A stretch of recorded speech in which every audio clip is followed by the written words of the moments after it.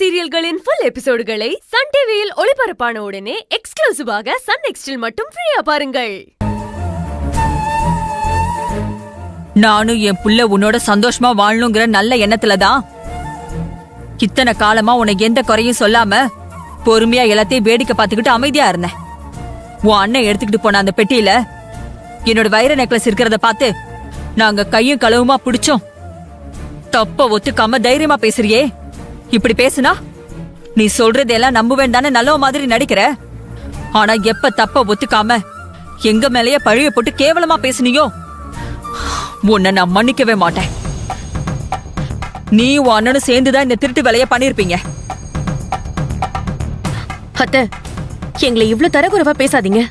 கொஞ்சமாவது மருமகளாச்சுங்கிற எண்ணத்தை மனசுல வச்சுக்கிட்டு பேசுங்க. நான் தப்பு செஞ்சா அதை ஏத்துக்க தயங்க மாட்டேன். ஆனா செய்யாத தப்புக்கு நீங்க என்ன பேசினாலும் கேட்டுக்கிட்டு இருக்கணுங்கிற அவசியம் எனக்கு இல்ல. கேட்காம என்ன பண்ணுவ? எவ்வளவு தைரியம் தான் எங்க அம்மாவை எதிர்த்து பேசுவ? எல்லாம் அந்த கௌதம் பையன் கொடுக்கிற இடம். அவ உன் பின்னாடி இருக்கான்னு தெரிஞ்சதுனால தானே எங்களை எடுத்தறிஞ்சு பேசிட்டு இருக்க. நான் யாரையும் வேணும்னு எடுத்தறிஞ்சு பேசல.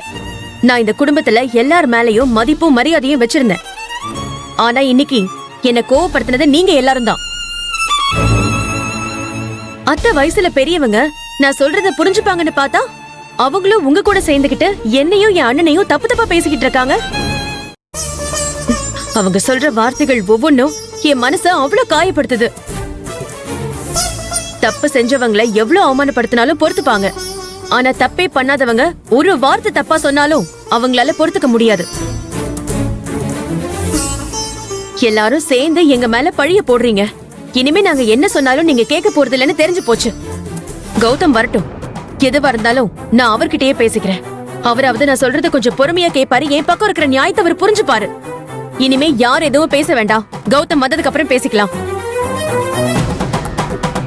இவளை எப்படியாவது வீட்டை விட்டு அனுப்பணும்னு இத்தனை நாளா காத்துட்டு இருந்தேன். அதுக்கான சந்தர்ப்பம் இன்னைக்குதான் அமைஞ்சிருக்க. இந்த பிரச்சனையை இன்னும் பூதகரமாக்கி இவளை எப்படியாவது வீட்டை விட்டு துரத்தி அடிக்கணும். இது நடக்கணும்னா இந்த திவ்யாவோட கோபத்தை இன்னும் அதிகமா தூண்டணும். இவ புத்திய தடுமாற வைக்கணும். என்ன திவ்யா, என் பையன் வந்தவனே பேசிக்கலான்னு சொல்ற? அவன்கிட்ட அப்படி என்ன பேச போற? அவன்கிட்ட இல்லாததையும் பொல்லாததையும் சொல்லி என் குடும்பத்தையே பிரிச்சிருவியா? இந்த குடும்பத்தை பிரிக்கிறதே என் வேலை இல்ல. ஆனா நீங்க தான் இப்படி எல்லாம் பேசிக்கிட்டு இருக்கீங்க. உங்களுக்கு அப்படி ஒரு எண்ணம் இருந்ததுன்னா நேரடியாவே சொல்லிடுங்க. அத்தை, கொஞ்ச காலத்துக்கு முன்னாடி வரைக்கும் நம்ம ஆபீஸ்ல சாதாரண ஒரு வேலை செஞ்சுட்டு இருந்தா. ஆனா கரெக்டா காய் நகர்த்தி கௌதம வளைச்சு போட்டு இன்னைக்கு நம்ம சொத்துக்கெல்லாம் முதலாளியா நிக்கிறா. அதான் இப்ப நம்மள வேலைக்காரங்களாக்கணும்னு பாக்குறா. சரண்யா சொல்றது உண்மைதான். ஆனா இவ்வளவு காலம் நான் உன்னை புரிஞ்சுக்காம இருந்துட்டேன். நீ என் பையனை உண்மையா விரும்பிதான் கல்யாணம் பண்ணிக்கிட்ட. என் பையனுக்கு நீ எல்லா வகையிலும் பொருத்தமானவ, அவனோட வளர்ச்சிக்கு நீ துணையா இருப்பேன்னு நான் தான் தப்பு கணக்கு போட்டுட்டேன். இதோ இவங்களா உன்னை பத்தி சொன்னப்ப கூட நான் நம்பாம இருந்தேன்.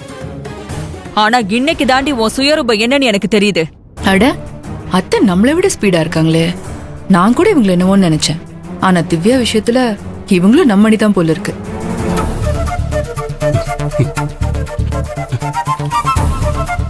அத என் தங்கச்சி மேல எந்த தப்பும் இல்ல. அவங்க மேல ரொம்ப மரியாதை வச்சிருக்காத.